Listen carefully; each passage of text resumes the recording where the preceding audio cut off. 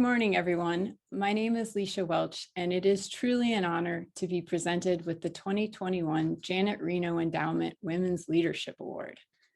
Thank you so much to Dean Canchan, Michael and Pierre, and the entire selection committee for this incredible recognition. Thank you also to my wonderful colleagues at the National Center for Youth Law for nominating me for the award, and especially to our executive director, Jesse Hanel, both for his leadership and support of our work every day, and also for not telling me he was nominating me for the award. Keeping the nomination a secret meant that when I got the call from Michael out of the blue with the news of the award, it made for one of the best days in a really long time. Receiving this award is especially meaningful to me for two reasons. First, because of what the award represents.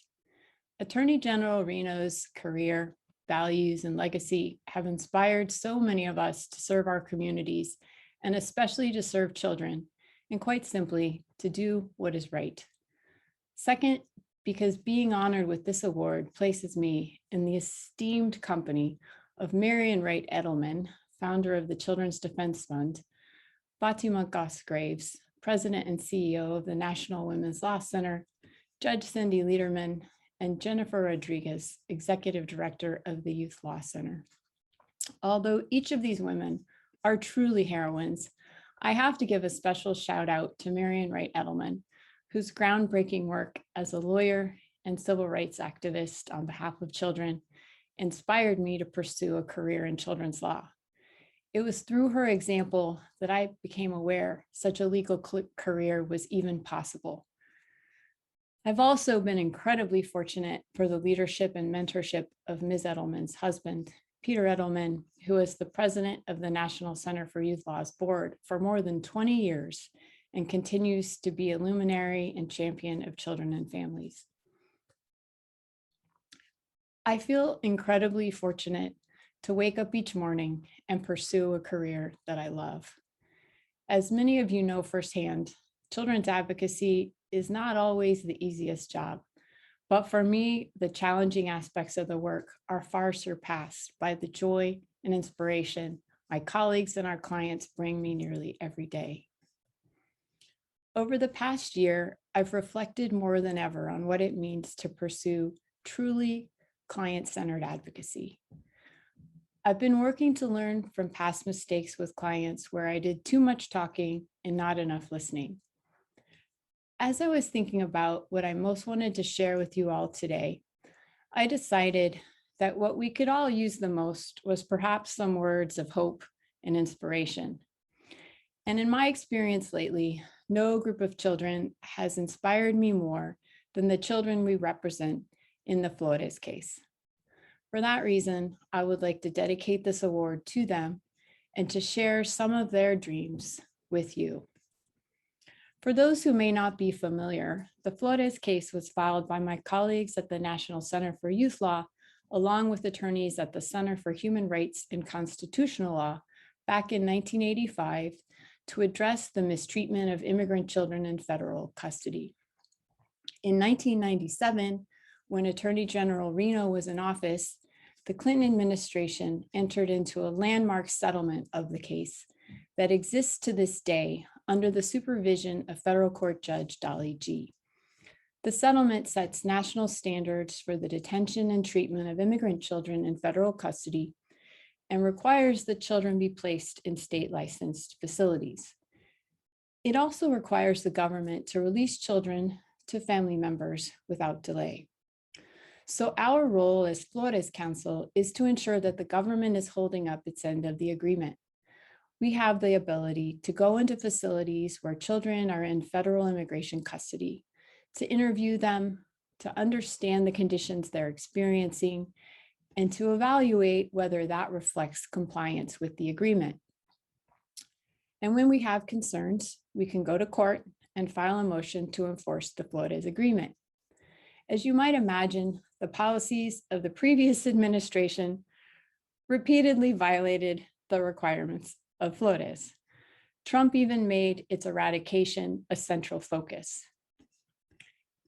After 4 long years of battling one violation after the next, our team was hopeful that brighter days were ahead with the current administration. Unfortunately, challenges persist for unaccompanied children entering our country. As many of you are likely aware, due to the unprecedented number of children crossing the border, our children's immigration system has been overwhelmed. And instead of going into licensed shelters required by the Flores Agreement, thousands upon thousands of children have been warehoused in makeshift emergency intake sites at military bases, convention centers, and repurposed mining camp quarters, some for months.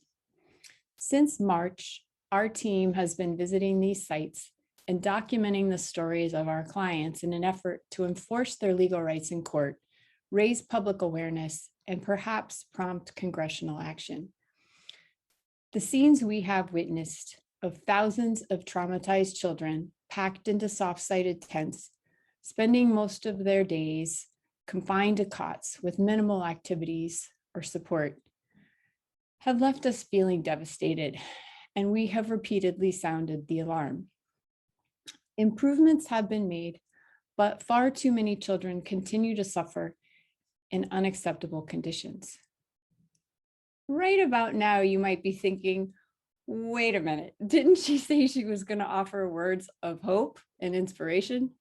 Well, yes, they did, and they're coming.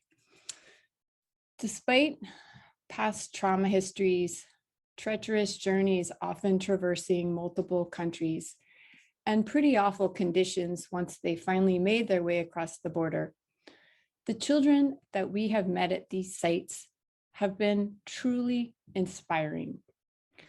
What has been most striking is their bravery and their resilience. Most urgently, every child I spoke to has dreamt of the day they can be reunited with their families, but they also dream about their futures. I want to share some of the dreams of the children at the emergency intake sites I've spoken to recently. One 17-year-old shared, "When I leave here, I would like to enroll in school and continue my education. I would like to be a nurse or a doctor. Apart from wanting to help people, I would really like to fight for people's health so they don't feel hopeless and can get the help they need." Many other children I met also shared dreams of becoming doctors. A 13-year-old boy said he wanted to be a doctor because he likes to be helping people. An 11-year-old boy told me, "My dream is to be a doctor for kids. I want to take care of kids so they feel good. It's always been my dream." A 16-year-old girl told me, "I would like to study to be a pediatrician. In my country, there were a lot of abandoned kids or kids who had to work on the streets shining shoes or selling things, and it made me sad. I want to be able to help kids." Children I spoke with also have dreams of becoming lawyers. One of the most memorable conversations I had was with a 6-year-old girl who told me, "I want to be a lawyer. I want to be the type of lawyer that when kids are sad, they can call me and I can take them for a walk." Beyond doctors and lawyers, children I spoke to also have dreams of becoming architects, mechanics, barbers, entrepreneurs, you name it. These children are dreaming it. And finally, some children shared magical dreams that moved me to tears. One boy told me, "I'm looking forward to seeing the trees, sun, stars, and sky when I'm finally with my mom. I want to dance when I get out of here. I want to go to a dance school and to roller skate. I would like to dance on roller skates to disco music. I would also like to be a veterinarian. I love animals. I had 3 dogs back home. I would love to have a little white dog to hug." For me, hearing about these children's dreams over the past few months has been one of the most incredible gifts I have ever received. I feel more grounded in the work and more committed than ever to pursuing systemic reforms that strengthen families and advance racial justice. I think the more we all ground our work in our mutual desire to ensure that each and every child we work with is given the opportunity to pursue their own individual dream, the more success we will all achieve. Thank you again for this incredible honor, and I hope you have a wonderful rest of your conference.